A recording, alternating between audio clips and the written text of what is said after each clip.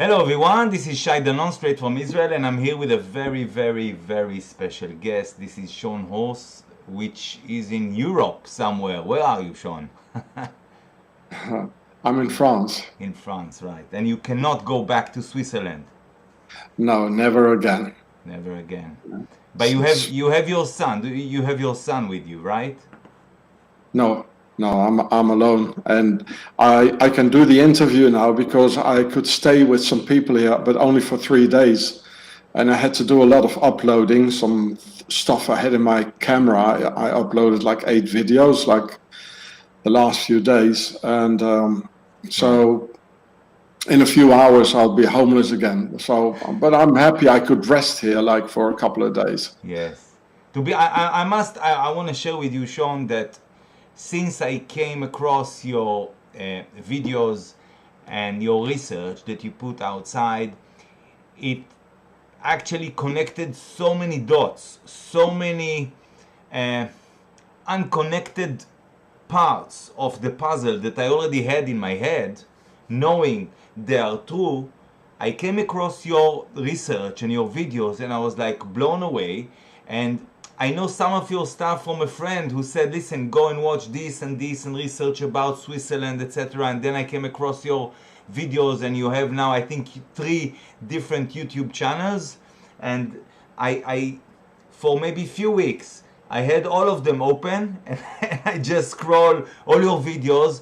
And to be honest, it's not like a video about a subject. When one goes into your videos, you just have to listen, you just have to watch, and slowly things starting to make sense. And it's extraordinary because what you put together, I don't know anyone who's done something like that in my research life, except maybe Bill Cooper or William Milton Cooper from the States.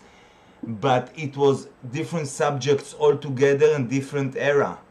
And what you've managed to do is extraordinary work. So first of all, I want to thank you because you managed to expose the Egyptians here and now. And I will say one sentence and then I want to move to some questions to you. Look, you probably know that we have some rabbis in Israel or in Judaism, and they say, the true rabbis, they say, we still haven't left Egypt. Egypt is still here. We are still in Egypt and we still need to go to Zion. All right, not Sion, not the Sion, but to actual Zion. We still need to get there. We are still stuck in Egypt. And if you don't connect the dots, it doesn't make sense, this sentence. And even those rabbis, they don't know what you know and what I know for at least a bit now. And when I learned the stuff that you put out, I was blown away because I realized that Egypt is here. And you expose the Egyptians, the pharaohs, and how they treat the slaves. And this is now the fourth, I would say the fourth Reich, yes, the fourth Reich, to the Egyptian control on the world.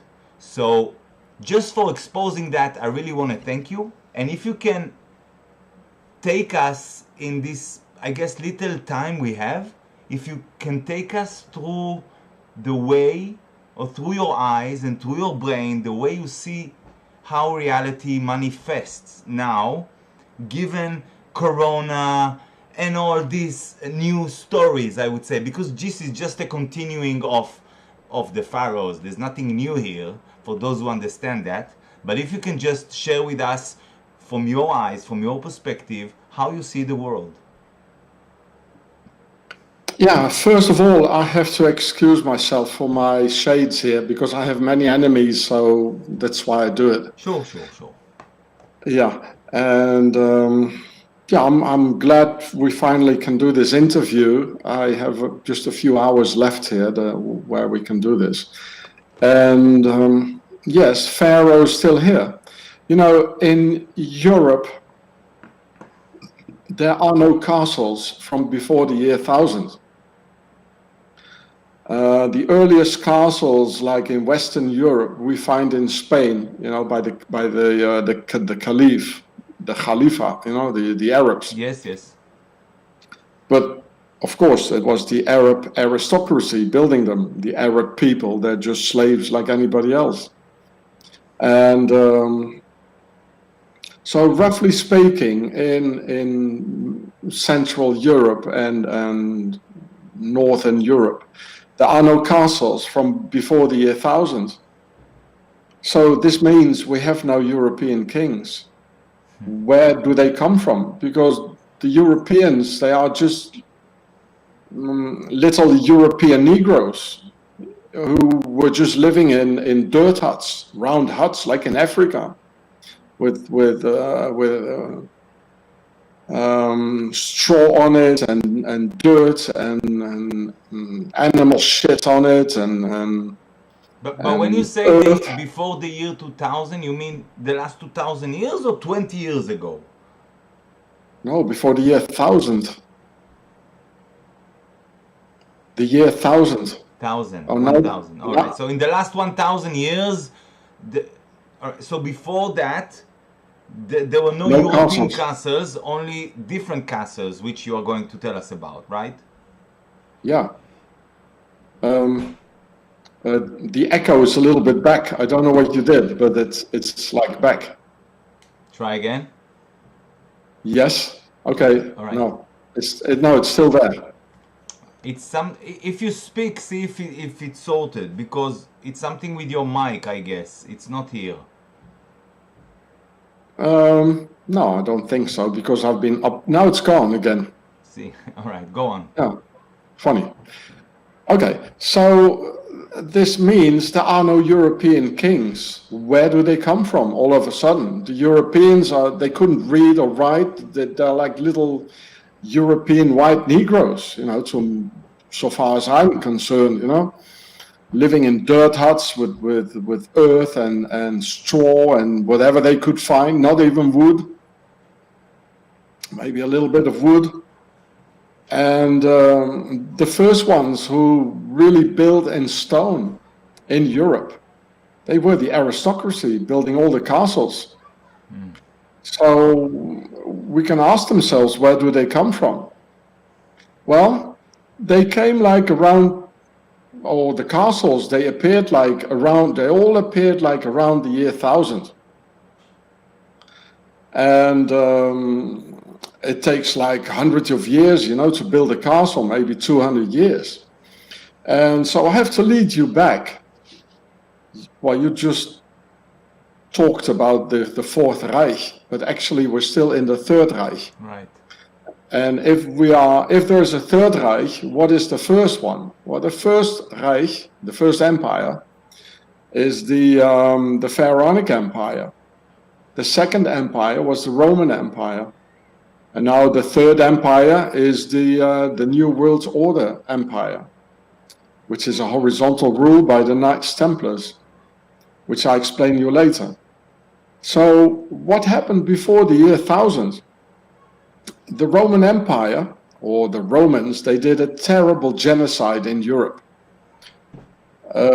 which might be, and I think it is, the biggest genocide the world has ever seen.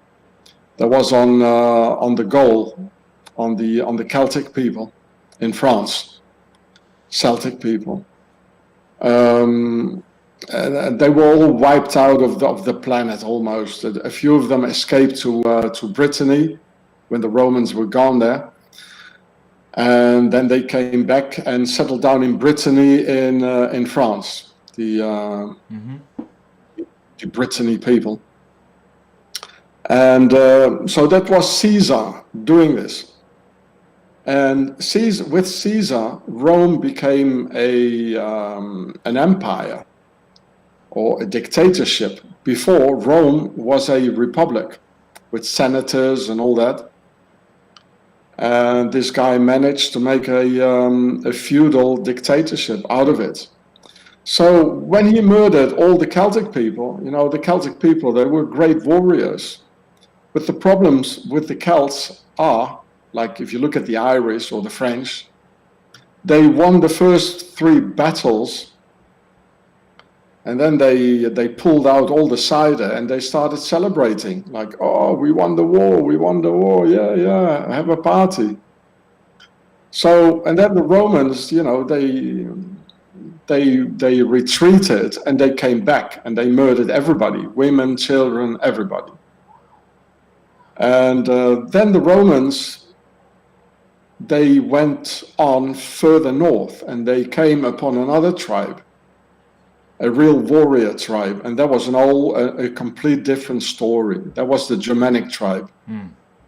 And the Germanic tribes, they lived in very poor conditions. They lived in the forest and snow.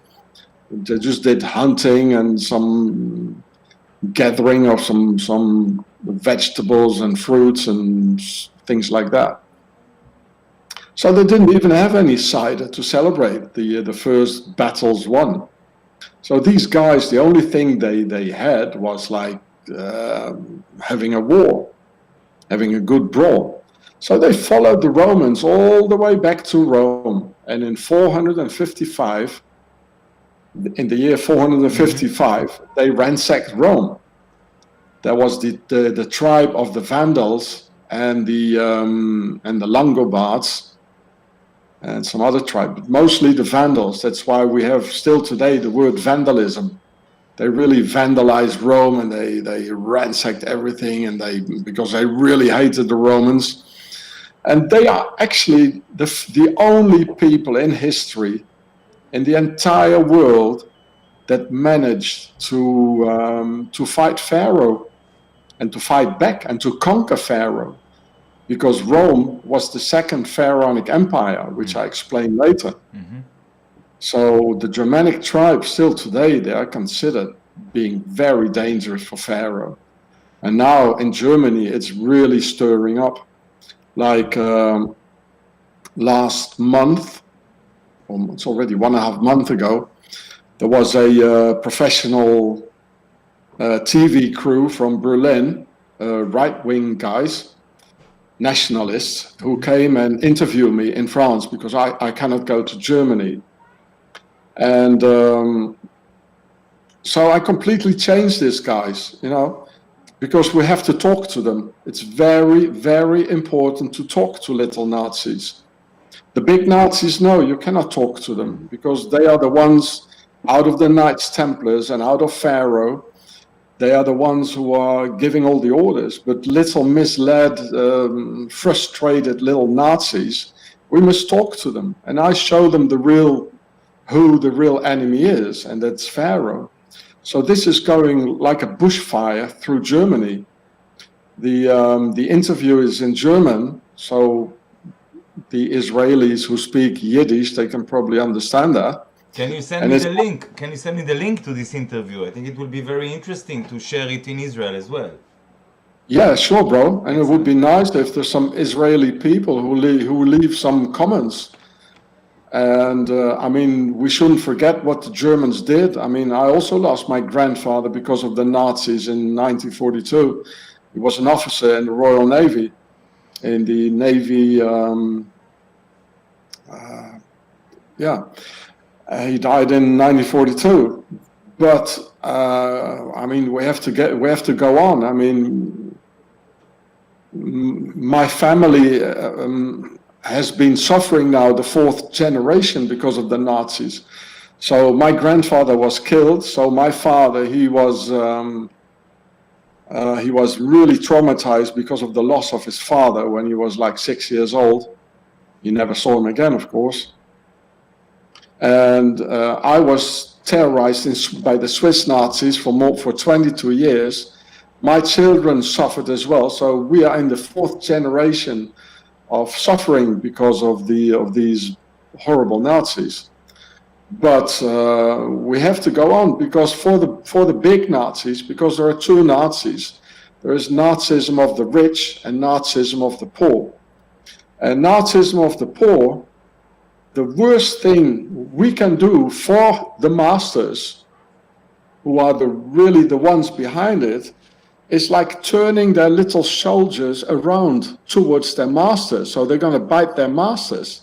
That's even worse than saying, "Oh, you damn Nazi," you know, and all these things, because it doesn't work, you know. It doesn't lead to anything. So the interview is on Demo Tapes Berlin. I'll send you the link. Yeah? Please do, It's, and I will it's manage also translation to Hebrew. I think I will ask some people to translate into Hebrew, and it may be very interesting to share around Israel this interview. oh, that would be great. Yeah, Yeah. and yeah, and especially if you could like translate the Swiss Beast, Home of the Devil in Hebrew. But that'll be a lot of work. Yeah. It's quite long. Tell me, Yeah. I want to jump just for those. I wasn't finished yet. Go on, I sorry. Yes, I was explaining about the castles in Yes. France, and then I jumped towards the Third Reich and all Yeah. that. And so when all the Germanic tribes, they were ransacking like Italy, the pharaonic elite of Rome, which I explain later, they didn't know where to go anymore. Because all these crazy Germanic tribes like the Vandals and all that, they were all walking around, all ransacking and looting and whatever they did in those days, and searching for the last bottle of wine and cider. So the elite, they couldn't stay there anymore. And then they said, we cannot stay in Italy with all those tribes, with all those tribesmen. But we liberated France. The goal, we murdered all the Celts, so we can go there. So they massively settled down in France. And this is why French became the worldwide language of the aristocracy. Even at the court of England, the court of, even in Prussia, the court of Germany, Emperor Frederick the Great, they were all speaking French. Even the court of Russia, the entire world. Yeah. And this is the reason. So, and if you look at the name like Caesar, I studied the Demotic language. That's the language of Pharaoh, which I studied at university. And Tsar in the Demotic language, which was translated like for 95% by Jean-Paul Champollion, who was a historian in Napoleon's army, and they found the stone of Rosetta, which had 3 languages on it: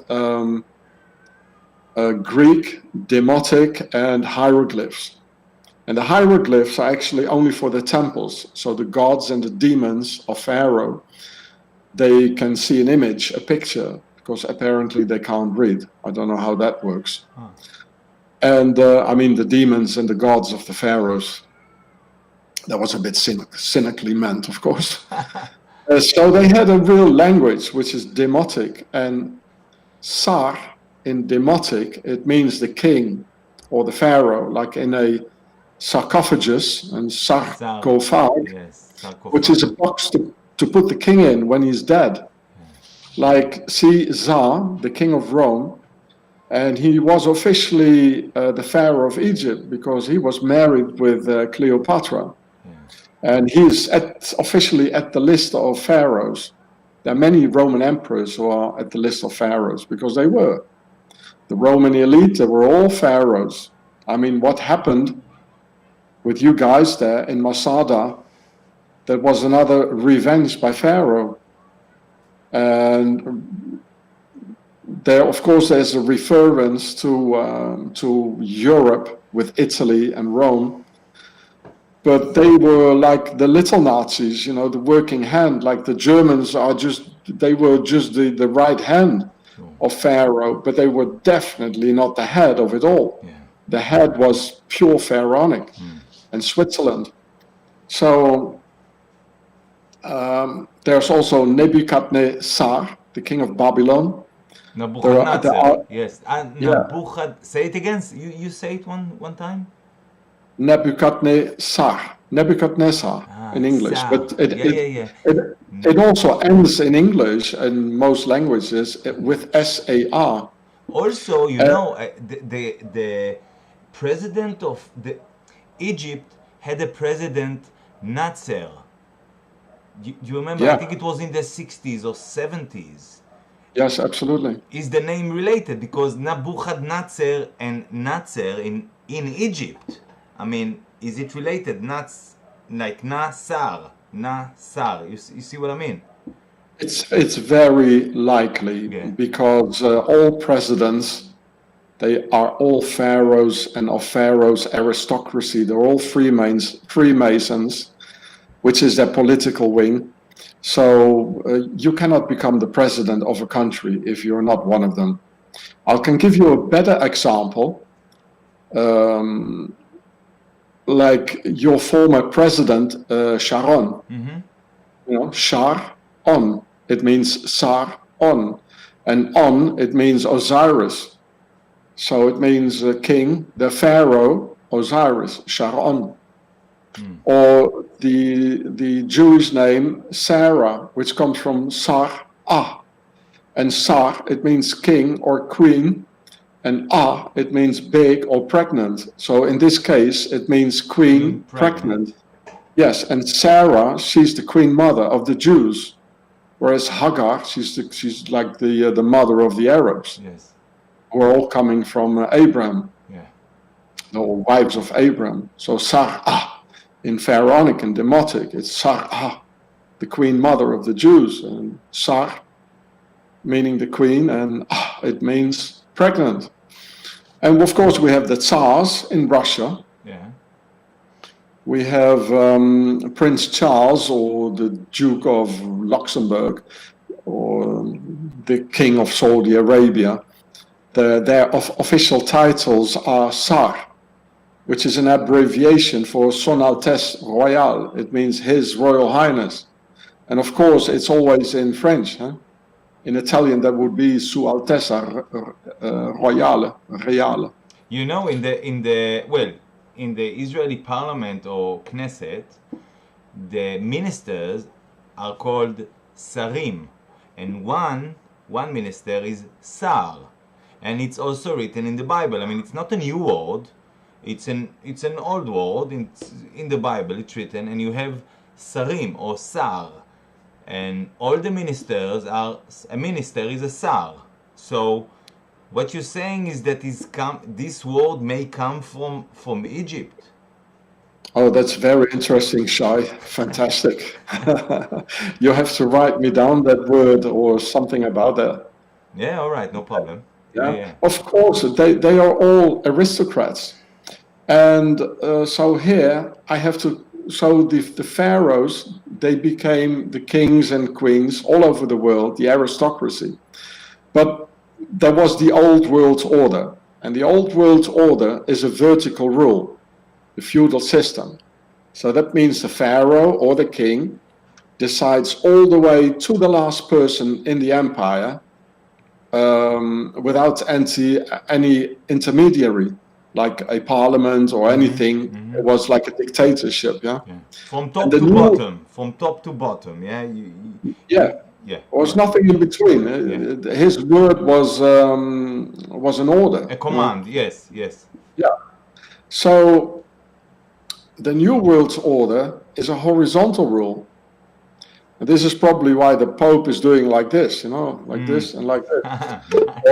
And Switzerland, they have a vertical line which is interrupted by a horizontal line in the colors of the Knights Templars, red and white. And Switzerland, together with the Vatican, which belongs to Switzerland, with the Swiss police and the Swiss Guard, the Vatican has, of course, all their money in Switzerland. And they are the only flags in the entire world that are square. They are not long, like the Israeli flag or any American flag or whatever. It's not rectangle, it's square. It's a perfect square. Interesting. And the square, of course, is the base of a pyramid, which the Freemasons, they call this the concept of four, because a square, just like in the square and compass, a square has four corners in it, so they call it the concept of four. I just made a film about this today, about the George Floyd killing, Right. and there were 3 cops sitting on him, Yeah. and the 4th cop, he was standing and supervising the kill. So that means there were 4 cops altogether, which is the concept of 4, and there were 3 sitting on him, which is the concept of 3, which stands for the compass, which I explain later on, maybe. Yeah, I've seen your videos about it. It's really Yeah. interesting because you keep seeing it in so many places and you show it in your travel. You film it and you see it again and again and again. And there's no coincidence here. I mean, once you see it, it's like, whoa, man, this is like, there's something going on here. And it's really interesting. Go on. Yes, and another Tsar was Tsar Cozy, Yes. the King of France. He was the president of France. And this is what I tell many Arabs. Of course, here in France, I meet many Arabs. And usually they're very friendly with me, give me food, and and sometimes they're the only ones I can have a decent conversation with, And I speak perfect French, so. And the moment, with an Arab, the moment you show them respect, the doors open up. Sure, yes. Yeah, you always have to show them that they are a real man and that they respect, and with which I have no problem. I mean, I respect people anyway. Sure. And so I always, Sarkozy, he is a Jew from his mother's side. And her name is Andre Malla, and she's a Jew from Thessaloniki, Greece.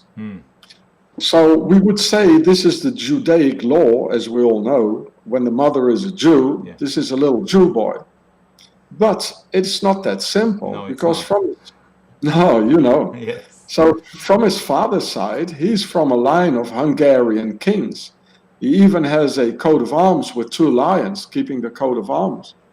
So what is he before? This is what I ask many Muslims in France. And many Muslims they are watching my videos. Right. So what is he first? Is he a Jew first, from his mother's side, Judaic law? Or is he an aristocrat first, from his father's side, from a line of kings? And the Jews, they also have kings like King David or King Solomon, of course, who is a king before he's a normal Jew. It's the same as asking Prince Charles, what are you first? Are you English or are you an aristocrat? He wouldn't even reply probably. You think, oh, not English, they play football, I'm the prince, Yeah, so of course Sarkozy, he is an aristocrat before he's a Jew. Yeah. And there are many ones like this. I mean, all those, as you mentioned, in the Knesset, the Tsar and the other Sarim, they're all aristocrats. Like Netanyahu, they all are. Otherwise, you cannot become the president. It's as simple as this. So you're saying they come from a lineage of aristocracy?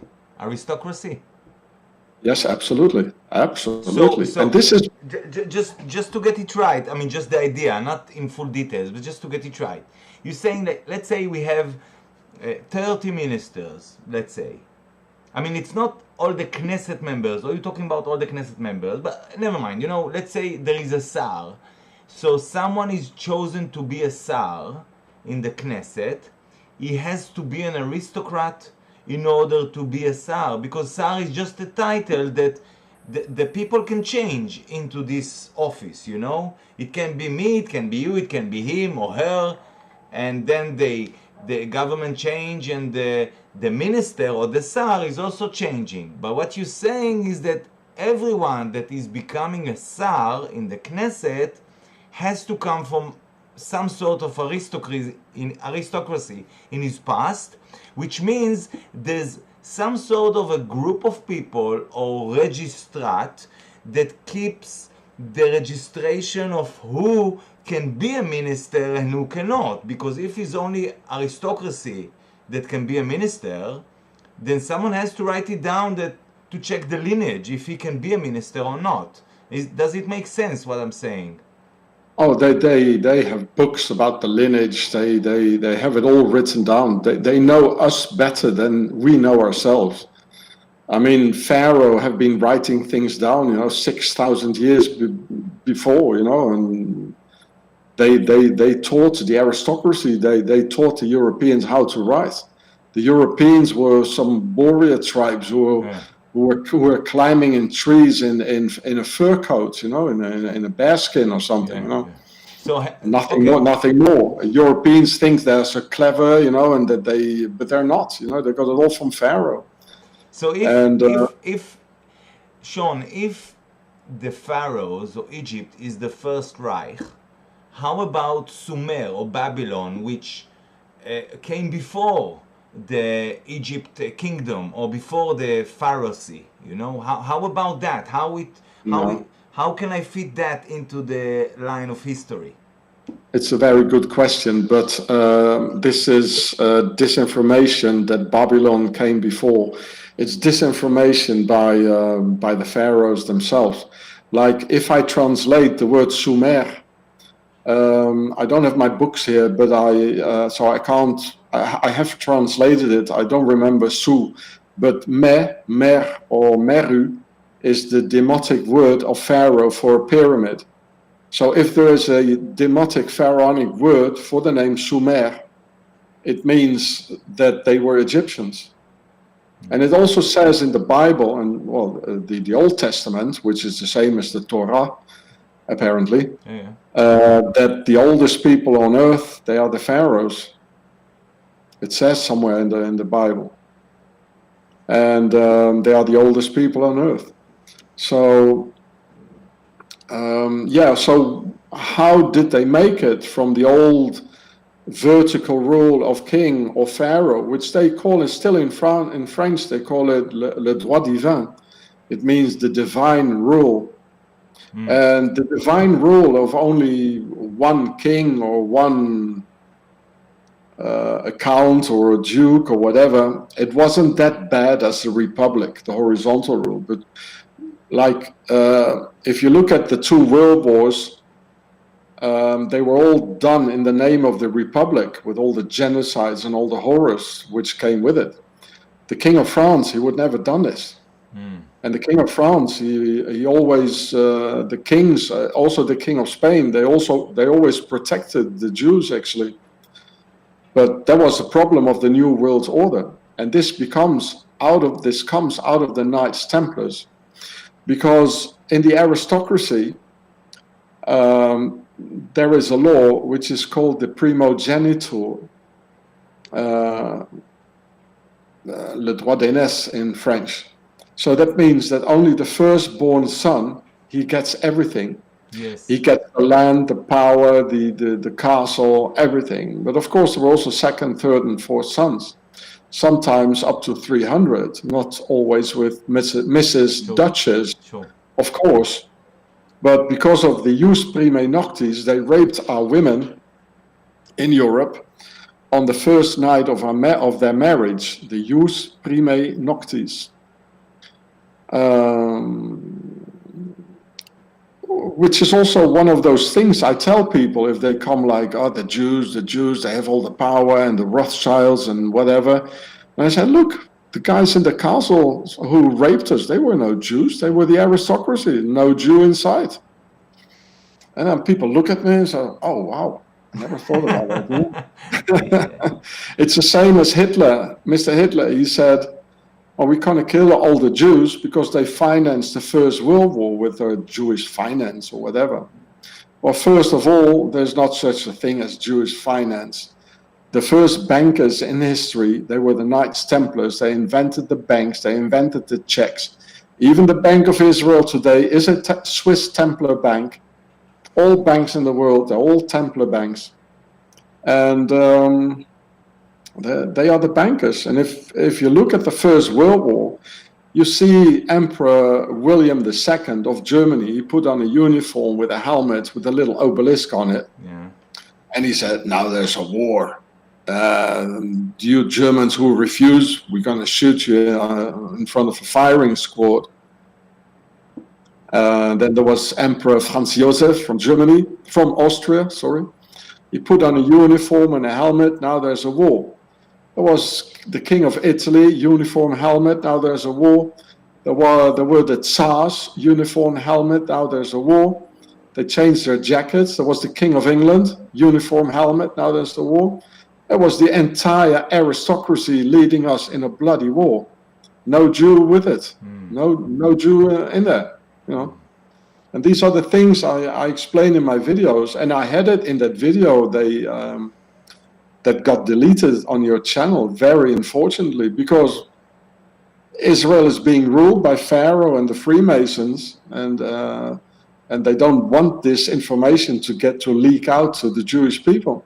For the audience who don't know, since yesterday I cannot upload videos to my YouTube channel, and I cannot make a live stream interviews like that. I cannot make on YouTube because of couple of videos of Sean Hross that I uploaded, and YouTube just banned them and said I done something wrong with community guidelines and all this sort of shit. So basically, if I will do something like that again in the next 3 months, my YouTube channel will be deleted completely. So it's just to show, well, it's just an evidence to point that this stuff is really important, and someone doesn't want you to know about it. And obviously you have had many other videos have been deleted as channels as well.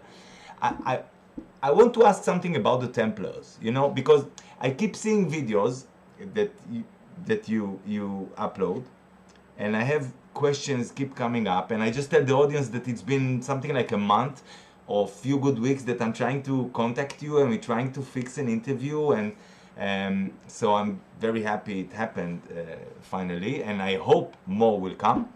The question is like that. We all know, according to the stories that we heard, that the Templars, they have done their crusades going to the Middle East, going to Israel or Palestine, the ancient Palestine, and they took stuff from here and they learned stuff from here, whether it's gold, whether it's witchcraft, whether it's the Holy Grail, I don't know, but we have all these stories and myths, and some are maybe based on facts, some not. And they came back to Europe, and they become like really, really big, like we see today, and we can follow what you're saying. But according to what you said, this was a sidetrack. Basically, they went to Egypt and they took whether it was the Egyptian knowledge of maybe witchcraft, maybe it was the Egyptian science, maybe it was the Egyptian literature, maybe it was the Egyptian gold, Holy Grail of some sort. Can you elaborate on that, just to clarify this for us? Yeah, but first of all, I have to explain who are the Knights Templars, and before that, I wanted to tell you about the things you just said with your videos deleted, which were actually my videos. Yeah. And as you said, Pharaoh doesn't want you to know this, the people. And so I'm really a pain in the ass, or let's say an obelisk in the ass of Pharaoh. Yeah? And I can advise you, Shai, it would be best to have 2 channels, the same name of your channel, and then put a number 2 behind it. So the moment you have one strike that people already know beforehand, that you go to the other channel. So you should open up a channel right away, and at the other, whatever, Twitter it was, or I don't remember, wherever you go now, that you upload this, and all the rest in the meantime, the 2 weeks you cannot upload, on the other channel. And I would advise you to upload anyway on the other channel, because your strike will stay for another 3 months, and if you have one more strike, your channel is gone. Sure. So your channel, your original channel, is a no-go area for the moment. Yes. For the next 3 months. Yes. And this is what I do too. I have 2 channels I use, which is Central Intelligence Agency, being again an obelisk in the ass of Pharaoh, and Homeland Security. And if I have too many strikes on one channel, with one strike, Yes. I immediately go to the other channel and I let it be for the next 3 months, you know. Yeah. Yeah. So you better do that. I'll do it. Thank you. Yes. Yeah, you better not use your channel for the next 3 months and go to, or you can just make a short video like 10 seconds where you can find me at my channel number 2. Yes. That's all. Yeah. No Within more. 2 weeks, I will be able to upload another video, and then I can let people know that go and register and subscribe to my other channel. Yes, I'll do that, obviously. Only this with the minimum of words. Do it only in 10 seconds, so they can't delete the film and whatever, you know. Yeah. No any hard words, or don't use the word censorship or fuck tube or whatever. Oh, I just did it. Sorry. just say, well, you can find me here. Yeah. And who are the Knights Templars? So I was explaining there's a very important law within the aristocracy which already existed in the times of Pharaoh. And this is actually the reason that there were 2 pharaonic empires. As we are being lied to, they tell us it was a religious problem, but it was not. There was Upper Egypt and there was Lower Egypt. There was this pharaoh Akhenaton, and it was not a religious issue. The issue was the primogeniture, meaning that only the firstborn son, he can become the king or the pharaoh. And as there were many sons, and not always with Mrs. Duchess because of the rape in the castle, but they knew that their father was the king or the duke or the count or the marquise or whatever, or the grave. No, that's German. Or the baron, like Baron the Rothschild. Yeah, yes. They are aristocratic, pharaonic, not really Jews. And again, just to say again, Rothschild is red shield, and again it keeps coming up. It's the red and the red cross, and it's all connected in the symbolism and the colors. They keep coming up, but go on. Yes, absolutely. And who has a red shield? That is Switzerland and the Hospitallers, because the Templars, they had a red cross on a white underground. And when the Templars had to disappear and they had a lot of wealth, they went over again in another order which existed before, which is the Hospitallers and the Knights of Malta and all that. And they have a red underground with a white cross. And the red underground is like Rothschild, you know. All the money of the Knights Templars and all the wealth and belongings went over into the Hospitallers. A red shield, like Rothschild. And that's why they have a lot of money, you know. It's all from the Knights Templars and Switzerland. So, of course, the second, third, and fourth sons, they were very angry because there was nothing for them, you know. They was as poor as a church rat. And so they were very, very angry. And so this is why there were always many conspiracies in the castle for the succession to take over the power or to kill the firstborn son. Yeah.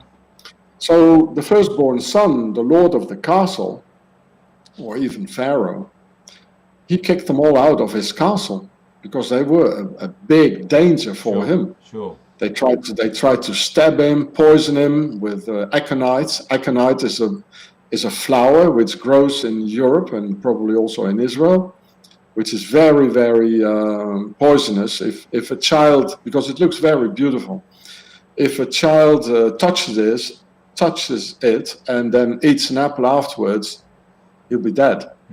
And even in the north of Europe, this flower grows, aconite or aconitum. And nowadays there are even people who say that Cleopatra, she killed herself with this plant, and it was not a cobra ureus pharaonic snake, but well, who knows. Right. And so they were very angry, and they were all kicked out of the castle because there was a real danger of the lord of the castle. They would take over his position. So they got all kicked out of the castle. But where do you go in the Middle Ages? Because in the Middle Ages there were only three things: the castle, the people, and the church. So the castle fell; they couldn't stay there. An aristocrat is a guy that will never work. They're parasites, just like Pharaoh. They're parasites. They let the others work and they do nothing. So they didn't want to be amongst the people, because there you had to work and be up to your neck into the pig shit every day, working hard. So the only thing for an aristocrat or Pharaoh where he could stay and sleep until noon and drink some wine and talk with his fellow aristocrats were the monasteries. And at a certain moment, there were so many in the monasteries that they said, we are in a monastery, which is a temple of God. So we are the Templars. And we're going to make a new system that every one of us, aristocracy, can be the king for a period of 4, 5, or 7 years, and we're going to vote. But then they said, none of us can vote, because we all know what's going on. This will lead to chaos and murder and conspiracies again. Then a sly guy around the round table, he said, oh, I've got a good idea. Why don't we let the people vote? Because they're so stupid. And they never are going to understand what's happening. And at the same time, we transmit to those people that the people are ruling themselves. Then they're happy, those stupid bastards. And this new system, they called it the New World Order, which is a new system, which is a horizontal rule. By the people, not from top to bottom, but by the masses. No, not by the people, by a new system for our masters, for the pharaohs, for the aristocracy. Before the aristocracy had a vertical rule, and now they made a horizontal rule. So every aristocrat, even the second, third, or 10th son, has a possibility in the republic, because that's the name of the new system. Democracy, in which every aristocrat can have his function. One can be the senator, president. A position. Yeah. I mean, just for me to understand. Yes, for the people, for the masses, there never has been democracy. For the masses are only there to elect our masters democratically. So democracy is only for Pharaoh. And the slaves, the people, I mean, all people of the world, we're all their slaves. That's why you have a personal slave number in your identity card. If there's a police control, you have to show it, because it's a slave number in a feudal system. And so for the people, there never has been a democracy. I mean, look at Israel in 1948. It belonged to the British Empire. I mean, the British fucking Empire. I mean, that was huge and powerful. We in South Africa, because I'm South African, we fought also, like you guys over there, against the British Empire. And they were very mean. They couldn't win. So they took our women and children in the villages and put them in concentration camps 100 years ago during the Boer Wars. And they murdered, there was Lord Kitchener and Lord Winston Churchill. Churchill, he was a real genocider. He loved genocides. That's why he never helped the Jews, or bombed the railway tracks going to Auschwitz and all this. He never did this. It would have been a piece of cake to do this. Sure. There was no more German Air Force after 1943. They were all wasted. Yeah. And I once interviewed a former Spitfire pilot. He was a Luxembourgian guy, and he was in the. He flew a Spitfire during the war. The interviews are still on my channel Gatzefratz in English, French, and in German. He's, of course, as a Luxembourgian, he spoke and 3 languages. And he said that After 1942, there was no more Luftwaffe. It was finished. Wow. They could have ended the war really, Wow. a long time before. But the aristocracy, they had to get rid of the Jews. And why? Why? There's a good one here. Although I want also, I have so many questions. Why they want to get rid of the Jews? Even now, I mean, obviously it's connected to what is been going on now. But even if we go back, why they want to get rid of the Jews? I'll answer that. But first of all, I wanted to tell you what I wanted to say before. That look at 1948, the Palestine, it belonged to the huge, very powerful British Empire. So do you really think, or anybody who's listening, any Israeli, that the Queen of England, or the Queen of England, the King of England in those days, would just have given Palestine to them Jews there, just like this for nothing? No.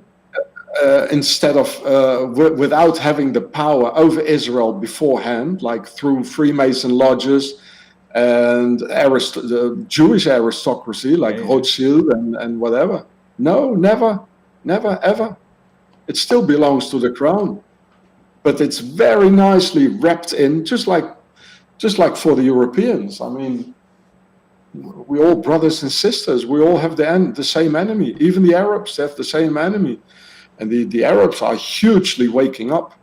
And I mean, I'm doing the same thing with Arabs, and my videos are spread all over in French, German, and English.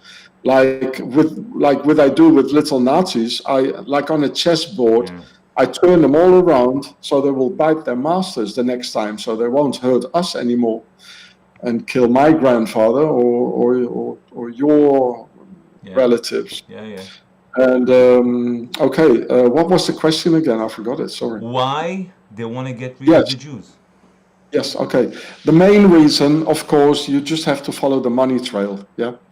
So in Poland, most Ashkenazi Jews, Ashkenazi, as you know, it's the Hebrew word for Germany, and Sephardic is the German word for Spain. So, but I guess that originally, even the Ashkenazi Jews, they are Sephardic Jews because they came like through Portugal and Spain. They got kicked out and went further north. Yes. Just as my ancestry from France, actually, who were Huguenots and were persecuted also for religious reasons in France, and they also went further north into the Netherlands and Prussia, and then made it to South Africa. So follow the money trail. Most of the Jews before the war, they were in Poland, like considering in one country. There were 3 million Jews in Poland. And, well, you know how Jews are, to keep their own identity, and, well, they like to stay amongst each other.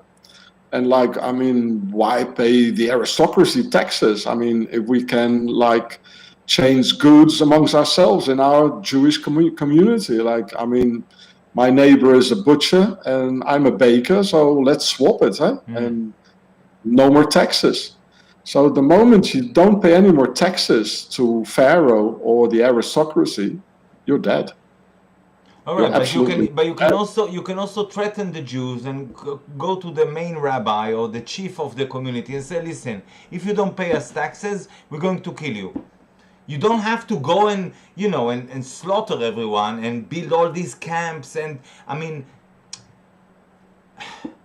you can also threaten, and if they don't do what you want, then you kill 100 of them, and then they all do what you want. And anyway, it's going much further in history when you go back, well, at least in the Bible, the relationship, if I can say that word, in that sense of Egypt or the pharaohs and the Hebrews from the Bible, it goes way back. I mean, in history, the Jewish people or the Hebrew people, really, and the pharaohs of Egypt, it goes way back.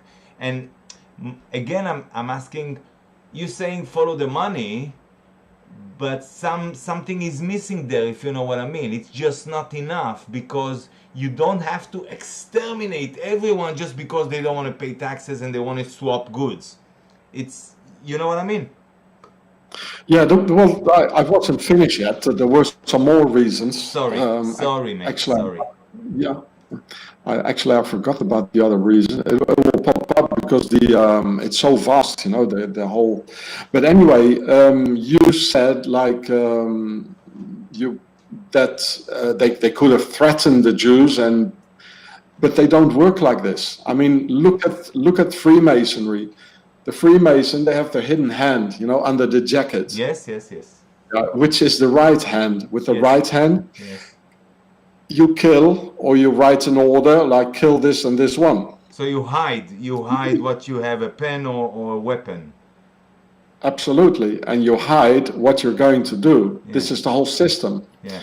And the Freemasons, they because the Knights Templars, who come out of the aristocracy, and the aristocracy, they come out of Pharaoh.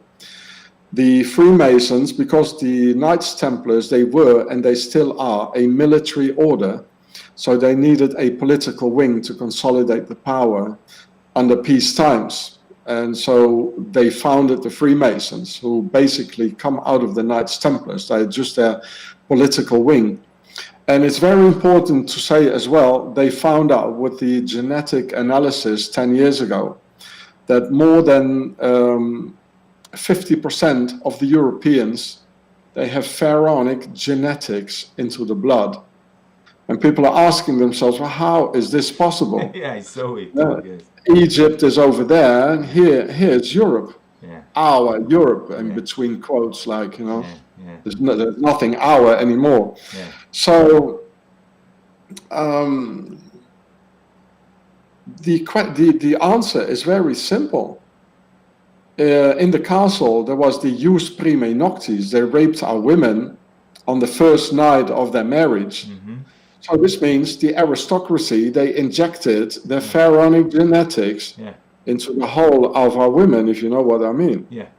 So that means the aristocracy, they come from Pharaoh. They're basically pharaohs. And this is why when the French president Macron, when he was elected president, he should have go celebrating in l'Élysée, which is the place where, like Downing Street 10 in Paris, you know, or the White House. It's the French White House. But he didn't. He went celebrating like this, you know, in front of the pyramid of Le Louvre, because he knows where he comes from, and they all know it. Even Netanyahu knows it. They all know it. Or Sharon, they all know it. And so you know it. Also, the one of the other reasons was that many Bolshevists, they were of course Jews. Not as many as people say now, like they all say, like the communists are all Jews, which is bollocks.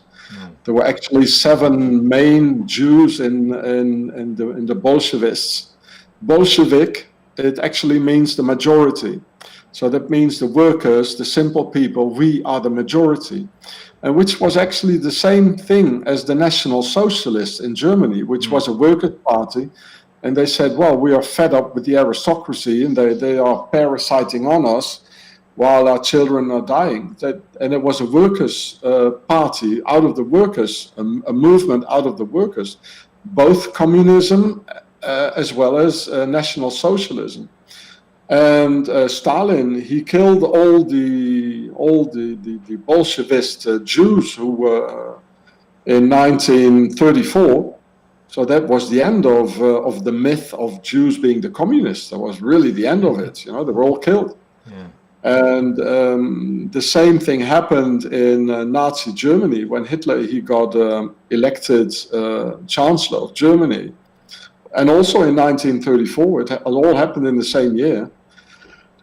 He murdered all the original leaders of the National Socialist movement, like Ernst Röhm. And these guys, there was a workers' movement. There were only workers in it. And there was the Night of the Long Knives. And after that, after 1934, after the Night of the Long Knives, the brown shirts, so there was the SA, the Sturmabteilung of workers. There was no elite in them, because it was a resistance against the elite who were parasiting on the people, against the Freemasons and all that, the same as the Bolsheviki did. They just said, now we're going to think national and we're going to think social. We're going to at least help each other that our children won't die, because children were dying in Germany after the First World War. They had a terrible economic depression. So Hitler, he replaced them all with the elite, the SS, so the brown shirts, they were all replaced by black shirts. And they were all, oh, nice cat. Egyptian cat. No, I'm joking. Oh, yeah. Hey, pussy. She just woke up. She's like, oh. Well, yeah, she looks a bit like that, yeah. She's young, isn't it? Yeah, she's young. She's like 3 or 4 months old. Yeah, nice. So, yeah, they replaced them with the elite. The brown shirts were replaced with the black shirts.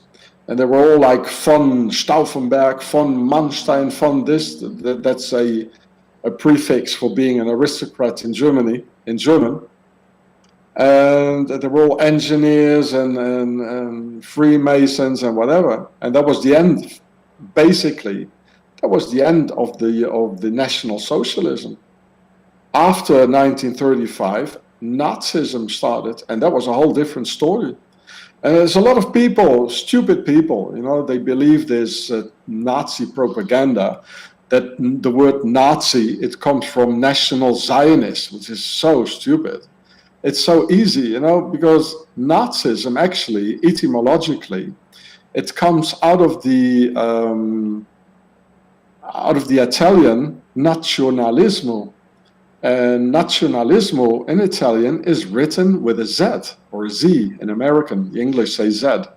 So nazionalismo, there's the word Nazi in it. So they call them the Nazis, and the Germans took it over, and the whole world took the word over.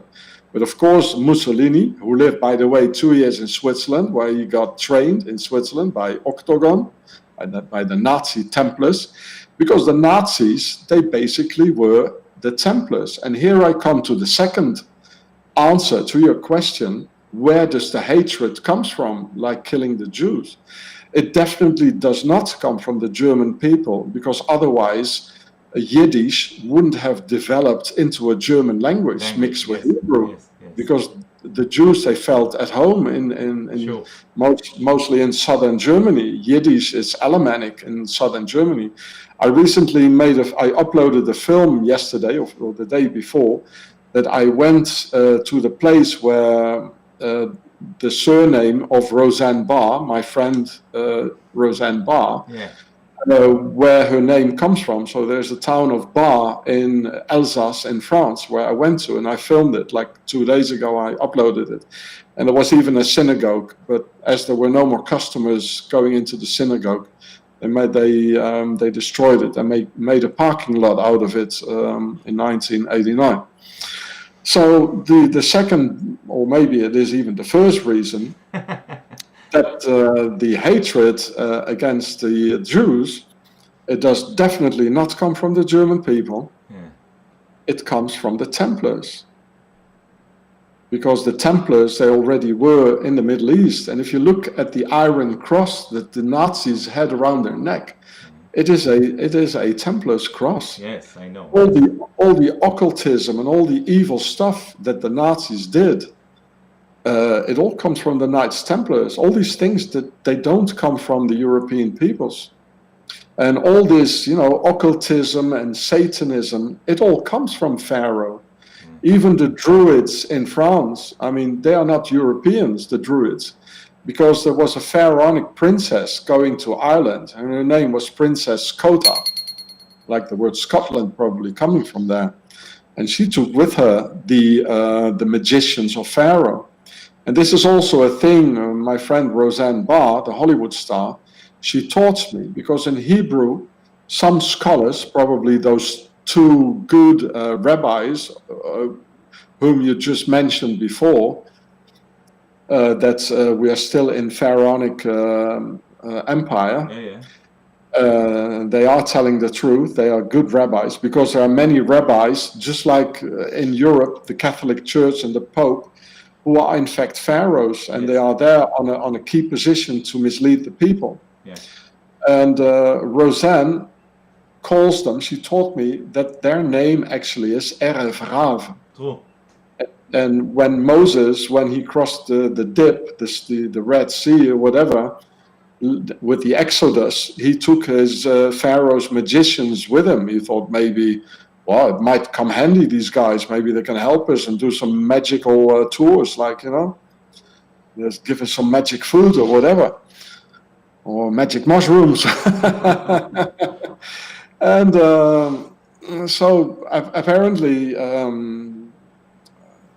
God said to Moshe, don't do it because they're bad, but Moshe took them anyway, and they are what other people call the crypto Jews, or the Jews who are not Jews, or the Erev Rav. Yeah. They are basically the enemy of the Jewish people, and of course they're everywhere in key positions in Israel. And so, yeah, it's true. It's absolutely true what you say, and there's we have confirmation from rabbis and from people who know this stuff. Yes, there's more Erev Rav even than Hebrew people, from the original Hebrew people. Why the Templars have this hatred towards the Hebrew people? Yeah, it's a very good question. Well, as I just explained, that the Templars come out of the aristocracy, and the aristocracy comes out of Pharaoh. And we got this whole story. So basically the Knights Templars, they are pharaohs, and the pharaoh's aristocracy, just being in a military order in Europe and going into the Middle East. And so they already had this hatred towards the Jewish people because of the Exodus, because of they felt betrayed by the Jewish people because of the Exodus. So, because they were... and is this why? Because it's not just hatred of the Jews. There's also like a conspiracy to blame the Jews for a lot of things that are happening in the world. And when I knew for many years that there's something wrong in this perception, in this story. And when I came across your videos, it made so much sense, and it's as if I had the real guy or group to blame, finally, because it didn't make sense to me that my people, in a way, if I could say that, because of course I know my people, I grew up here, I have family, and we know we are good at heart. None of us here want to control the world and to all these stories. And when I came across your information and your videos and your research, I was like, this makes so much sense that it comes from them, and we have this long relationship with the pharaohs. We don't like them, they don't like us. So it makes even perfect sense in a way, not just that they want to exterminate us or eliminate us, but also they blame us for everything that happens. So it's like a scapegoat for the rest of the world to blame. And for me at least, it makes a lot of sense. Does it make sense what I'm just saying now? I'm just checking. Oh yes, absolutely. Like the word Nazi, all these people saying it's a national Zionist. Zionism is just a local problem between Palestinians and Israelis. It's not global. It doesn't affect me here in Europe. It's just a tiny little problem, a local problem in Jerusalem, that's all. And well, for the ones who are living there, it's a big problem, of course, but it's not global. Of course it's not. And if you look at the Second World War, the Germans, they just had a terrible First World War. So there were many little boys that didn't have any more fathers. Millions of people died. And so then there was an economical crisis. people they were starving. They didn't have enough food in the belly. If you have nothing in your belly, if your belly is empty, your head is empty too. So these Nazi Templar creeps of Pharaoh, they poured all the garbage into the heads of the Germans, all these little kids who didn't have any more fathers who could say, listen, my son, life is like this and like this and like this. There was a rupture. And this is also what they want, you know, and this is the third reason, actually. It is why they had this hatred towards the Jews. Because the devil and these pharaohs, they are the devil. You know, Pharaoh has a snake on his head, you know, and the snake is talking to Eve. Yes. And Pharaoh, they are talking to our women. You know, like imagine in the castle, the woman, they got just raped during the Jus Prime Noctis. And most women, they said, oh, the bastard, he raped me, you know. And of course, the aristocracy of Pharaoh, they couldn't do anything with those women. So they burned them. They said they are witches, and they burned them at the stakes. This is the reason why all the good women there were burned. If you look in Europe, I mean, it's sad to say, but there are no more good women. They all have this alliance with Pharaoh. They want to control the man. And this is the third reason why they killed the hatred against the Jews, next to the money trail and the Knights Templars of Pharaoh. The third reason is that it is a war against the patriarchy. And the Orthodox Jews, as we all know, they're very patriarchal because it says so in the Torah. And I agree with it. You know, a woman is just a little bird that needs a nest. She has her fine qualities, and a man has his qualities. We are different. Yes. And but a woman, she doesn't see the danger. A man, as man used to be, not the man of today, they are the only ones who see the danger. They're like a bull defending the nest. I mean, look at the animals. It's the same thing. It's nature. Yeah, it's not to minimize or diminish any woman or any qualities of woman, obviously. But no, I agree. Not. It's nature. You see it everywhere. In almost any race or kind, in nature, you see it. So because pharaohs, and they have an alliance with evil, with the devil or whatever, they are bad, you know. Their first weapon is the lie, anyway. That's the very first weapon. They're not really warriors. And this is why they needed the Germanic tribes to do the bad work for them. The Germans were just the right hand. Just the slaves. Just slaves. Of course they're guilty of it, but not 100% because they were not the head. Yeah. I mean, they also killed my grandfather, so I mean, they are guilty. It goes further, and if we don't look further, we're never going to understand what really happened. And if we don't understand what really happened, it might happen again tomorrow. Which it does. Yeah, obviously, this is. So Pharaoh really analyzed all humans, and they saw that the man, they are the bull defending the nest. So they had to give the power to the women. And the Jews, especially before the Second World War, maybe not if you look in Tel Aviv today, where all homosexuals walking around and whatever. Yeah. The Jews before the Second World War, well, they were very patriarchal, not a patriarchy like I'm hitting my woman, like they want to believe us, you know. No, but just they see and they live according to the order of things. They were protecting their women. Yeah. And so Pharaoh knows if you want to get the babies, or if you want to make a dog out of a wolf, you must get rid of the parents, and you got the little baby wolf, a pup, and you can make a little dog out of it. And this is the principle, because Pharaoh, they just want to make a universal slave race, and we're absolutely there with the corona and all that. Yeah.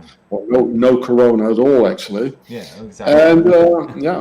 And it's the universal slave race, and them. That's all, you know, a mixed universal slave race. And a patriarchy or man who stand up for the family is what they needed the least. And as in the Torah, it says, you don't pick up a weapon, you don't kill, because who takes up the sword will die by the sword. So in most wars, the Jews didn't participate in the wars. So they had to kill them in another way, by a final solution, to kill the patriarchy. And as Pharaoh, the snake, Pharaoh here, is talking to Eve and our women, this is really the essence of that story. Pharaoh, the snake, talking to our women. And they gave all the power to our women. And, when they got raped in the castle, women are pragmatic. They want a nest, they want warmth, something to eat. They are material, not material in a bad sense. Yeah. But okay, that's what we need in a nest for the babies. Sure, it's normal, it's sure, natural, nothing against it. Sure. But Pharaoh, they really analyzed everything. And okay, they got raped. So the women, they thought, okay, well, I got raped, but okay, it was the first time. But anyway, it was a prince. He had good manners, not like my European peasants, smelling like pig shit. And I could drink some wine, had a bath, and had a good meal. And these two, they made an alliance. They had an alliance going on. And this, if you look at the Battle of Verdun or La Somme, in this First World War, 1 million people died in just a couple of months. How is this possible? You would say the general didn't go to military school or to Sandhurst or West Point. How can you lose 1 million people in a couple of months? After 10,000 killed, you would say, okay, let's try another tactics. We stop here. 10,000 dead, it's already a big mountain. So it was meant to be, because Pharaoh just wants to have a big slave race. That's why if you go into the army, you have to do an intelligence test. Not that you would become the officer, because the officer is only the aristocracy, it's them.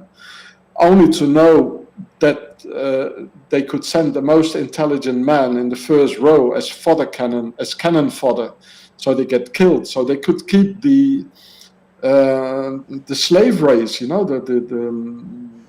sheeple. And this is what we see today. The most intelligent French, the most intelligent Germans, they're all sent into a huge forest in Verdun, in Lorraine, Lotharing, in the northeast of France. It's all forest. It's like 100% forest there.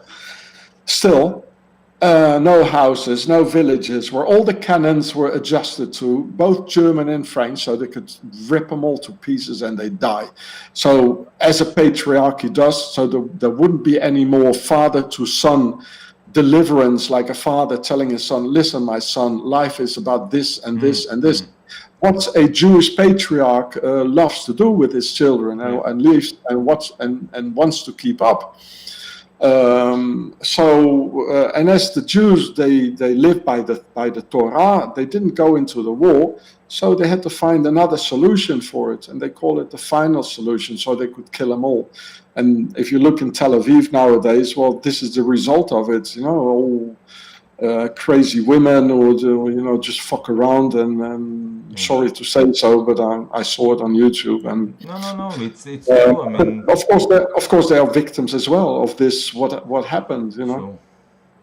And couple of quick questions. I tell you, I have to go out soon to play a gig, so we have to make things a bit faster now. So just couple of questions. One question, because almost every couple of sentences you say, I have more to ask, but we have to postpone it to the next time. But for now, from what you know, does it make sense that behind the men or behind the pharaohs, actually those who make the witchcraft, can or are they actually women? Oh, wow. That's a good question. I'll give you, you don't have to answer now. Maybe it's something you want to look at, because I tell you why I ask it. Because couple of things. One thing is from stuff that I learned about ancient Babylon, it may be that mostly women were actually doing witchcraft. This is one thing. Second thing, when you look at the pedophilia rings and child slavery and child trafficking that is going on in the world for many, many years now, and it's on industrial level, as you know, you find many women behind the faces who play around in this nasty shit pit, you know. You find actually women, and quite a lot of them, and you think how a woman can do that. But if you research and you go back in history, you see, and I'm not talking about burning witches like you mentioned before, but this is something else. I'm talking about ancient Egypt, ancient Babylon. Doesn't matter now which one comes first, if you know what I mean. But you find that women were actually pulling some strings behind the scenes in terms of witchcraft and nasty stuff that I don't wanna speak about now. So do you know something about that, or you prefer to leave it to the next time we speak? First of all, you almost talk like a real Muslim. I always hear Muslims talk like this. Well, that's yeah. Well, of course, you're in the Middle East, yeah. Yes, exactly. Yeah. Well, I'm also getting to the point, you know, like in America or all over, you see the Karen. You know the Karen? Look it up, Karen. They are like crazy women, you know, like attacking men, and they call it the Karen. It's a new phenomenon. And going back to the First World War, you know, million men dead, we must all recognize the women didn't withhold the man not to go into the war and die. They probably said, well, go ahead, I'm afraid, you know, you must. They knew probably they were going to die, because most of the European women, they made the alliance with Pharaoh when they got raped and later on. So to get the power, and here we're coming back to the essence of Adam and Eve and the snake, Pharaoh's snake. And if you look at the Second World War, you know, the German soldiers, you know, the SS, you know, where do they actually come from? Well, they were first, after the First World War in 1918, there were little boys with hunger, with an empty stomach, no more fathers who could tell them. Then they forced them into the Hitler Youth, and they poured all this garbage, anti-Semitism and all the hatred into their heads. These little children were defenseless victims of Pharaoh. They had no chance at all to get away from this. Any other person with this political indoctrination would have become an SS as well. Sure. They had no chance at all, these poor little children. But of course, then 20 years later, these guys that were 20 and 22, they were in the SS, and they were beasts. They made beasts out of it. And how did they make beasts out of it? Because we are a bred race. They breed us like sheep. All their fathers were killed during the First World War. So the Shoah has been made possible by the genocide on the European man during the First World War, if I might say so. Yeah. And it's going on, and it's going on, and it's going on. Yes. The next ones, of course, and it's already, we've seen it during the Syrian war, they tried to do this with the Arabs. Because the Arabs, they're also patriarchal, and they want a father-to-son relationship. They don't like any homos and all that. And so they also try to kill them. They are the next ones, you know. It's in Afghanistan and all over. Yeah. I mean, I'm not a Muslim, but I meet very good Muslims and also bad ones, and I mean, just like anywhere else. And I'm just trying to understand and analyze the whole thing, and if I can, set also Muslims up against the masters. Yes, I understand. This would be a great help for you guys in Israel, wouldn't it? Yes, actually, It's a dream come true. Yeah, I'm doing it, Shai, at the moment. I Really, hear you. I've got millions of views. And, you know, they call it the Arab drums. You know, if this information gets going, and it is getting going, you know, it's also being translated in Arabic and all this. Excellent. And yeah, I mean, I learned in the army. You know, I was in a special detachment. You know, if I might say so. You know, the adversary. Let's say for Israel, the Arabs are the adversary, like in plain sight. We're not looking at the enemy within the Pharaohs and the Freemasons. We just see what the newspapers say, like. And but of course, the whole thing goes deeper. If you occupy the enemy and like giving him a new enemy, like the Arabs, like I changed many Muslims here in France, and their enemy is not the Jew anymore, but their enemy now is Pharaoh and the aristocracy and the king of Saudi Arabia, then you would have peace in Israel. Sure. Because we would give him something to chew on. Yeah. Listen, Sean, as I said, I have to go very soon, but again, I have this question. Look, I have it for a couple of years now, before I knew you even. And when I knew you, and in one of your videos, you mentioned the name, and I was like, hang on, what he just said? And I went back and I listened to it again. It's only 3 sentences you said about it. And then I left this video. And then another video, you mentioned this name. And I was like, there's something there. He knows something. And I wish I could ask him. And here I take this opportunity to ask you. The word is Liechtenstein. And the question is, a fellow researcher from Israel, she mentioned it to me and it made sense, and then I came across your information and it made even more sense. Now, Liechtenstein is, if I'm not wrong, is the only country in the world which on its flag has the crown of a king. Mm-hmm.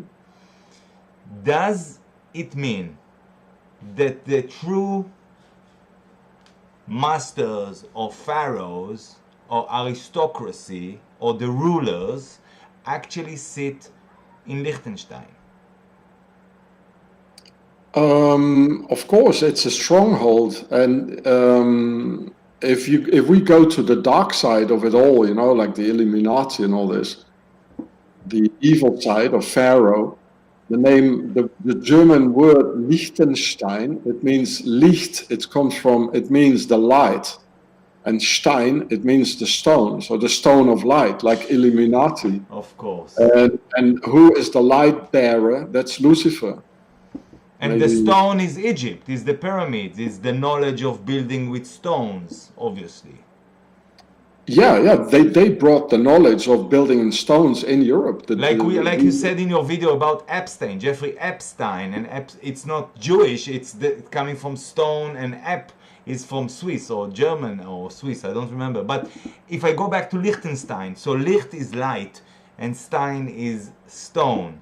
So again, is it true to assume that, again, if I look at the symbols, because most of the time they are showing us, the slaves, they show us the truth in symbols, in plain sight, you know, we just have to see it and translate these symbols into something that we can comprehend.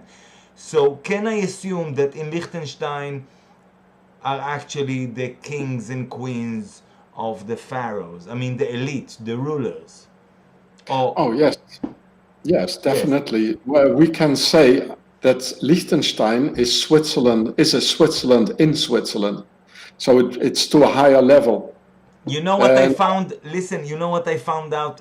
The same researcher sent me a link to an Israeli. You're gonna love this. And I was thinking to send it to you, but I was like, hang on, it's in Hebrew. What he will do with that? But listen up. I got a link to a special Israeli office that his aim is to make strong the connection between Israel and Switzerland and Liechtenstein in the same breath, in the same sentence, not, they didn't say with Switzerland or with Liechtenstein, with Switzerland and Liechtenstein.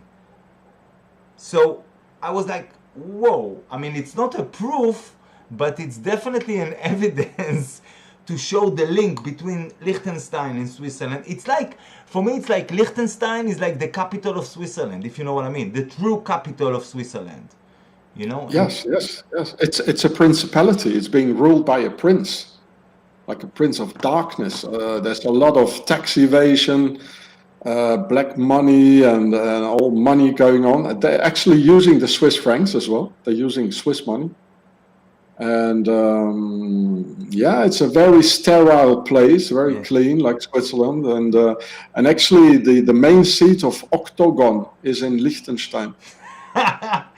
Man, I waited for this sentence. You see, I waited just for this sentence. The main seat of Octagon is in Liechtenstein. Yeah, they have a place, a villa, which is called Villa Octagon. No way. Yeah. Really? In Liechtenstein? Yeah, there's a very good film about it. I don't know if you speak French or German. No, I tried to find, I saw this, I saw you spoke about this French film, and okay, give me the name again. I didn't find it, I needed to translate it into Hebrew, or at least to English, and I couldn't find it. Yeah. Give me the name again.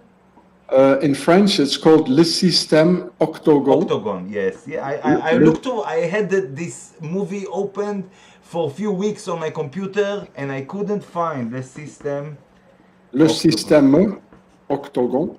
And I need to find and in German, it's because it was made in two languages, because it was made by Arte, and Arte is in Strasbourg, and they are like a European TV station who are bringing some good stuff sometimes.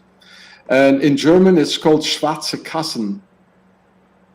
You can write it down, Schwarze Kassen. If you don't find it, I need to find it in French, translated into Hebrew or English even. You know, I can read the subtitles because I don't speak French, and I need it translated because you recommended this film.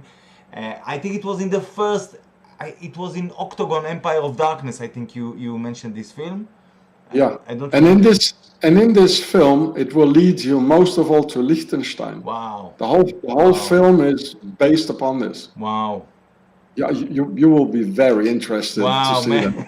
Man, listen, wow, because this is such a dot connector. I mean, and I feel like it's only the beginning. We have still to unveil a lot of stuff, because most people, you know, whether they blame the Jews or they blame the city of London or they blame Washington, and it's always going somewhere else. And when I found your videos and your research, and I was like, this is spot on, you know, you are there, and I sense it. I'm 12 years, I'm researching these things, and since I heard about Liechtenstein, it made so much sense. And then I heard from you about Switzerland, and it made so much sense. And then you said about Liechtenstein, and I was like, bingo, you know. And this is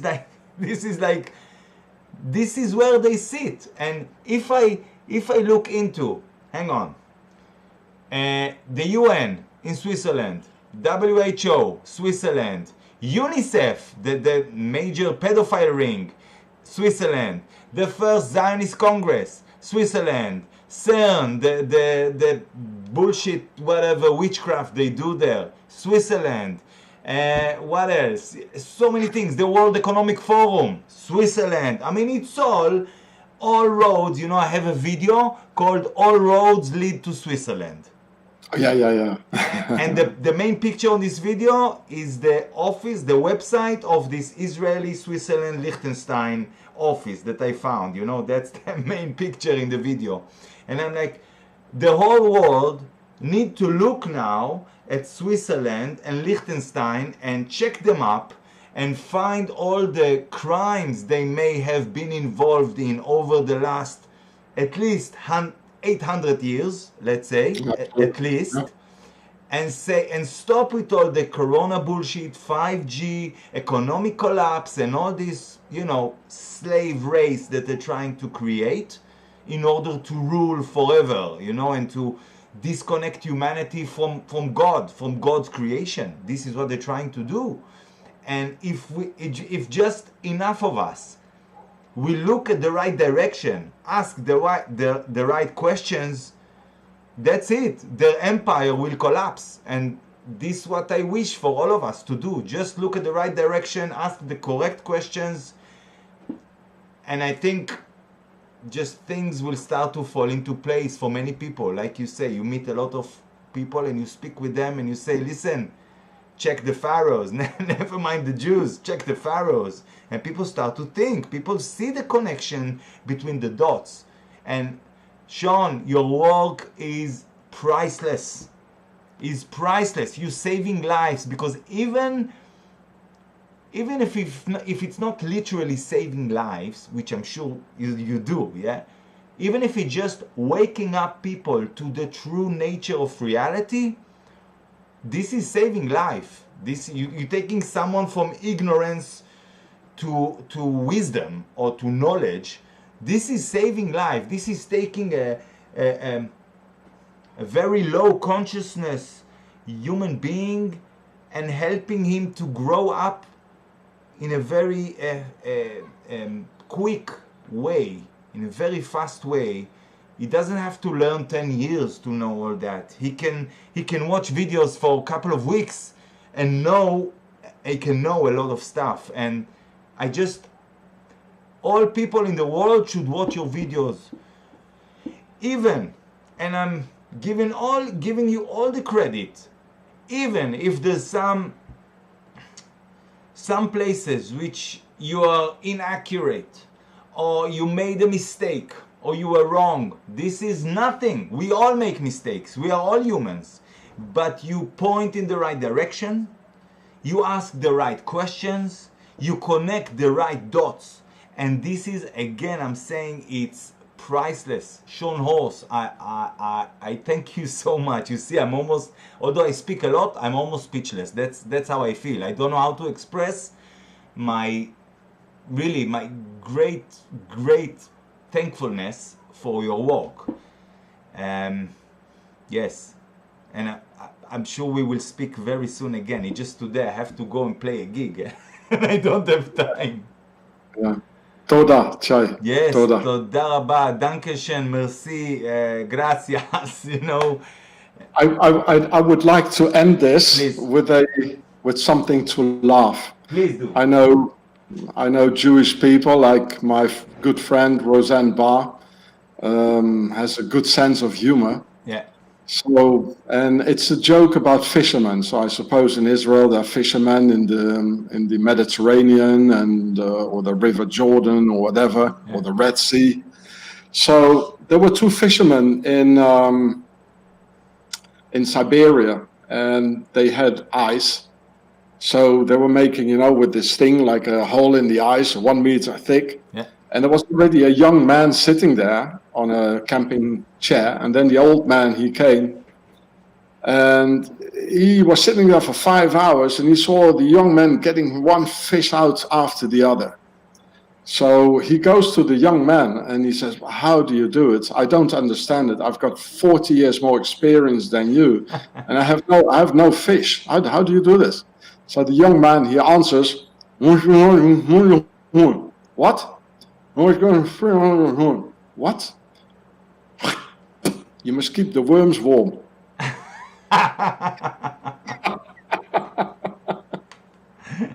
Nice one. Nice one. We should all keep the worms warm. Yes. Thank you very much, Sean Hross. Thank you. Toda. Thank you Good to very know much. you. So much. Thank you very much for everything you've done and for this conversation. And we'll be in touch and we'll try. Most of the time I'm around, so if you have a couple of hours you can spare for me and for the world to do this sort of question and answer again, it will be just amazing if you could do that, and just drop a line via email or whatever, and we'll do it again. The thing is, I'm homeless and I need a place where I can do it. That's the main problem. I know, but here you are. I mean, we do it now, so when you have another opportunity like that, it will be awesome to do it. Oh yeah, we definitely stay in contact, Shai. Excellent. And I will send you a link to this video, and you can also download it, upload it if you like, you know. Anyway, I will send you a link to this video once I upload it.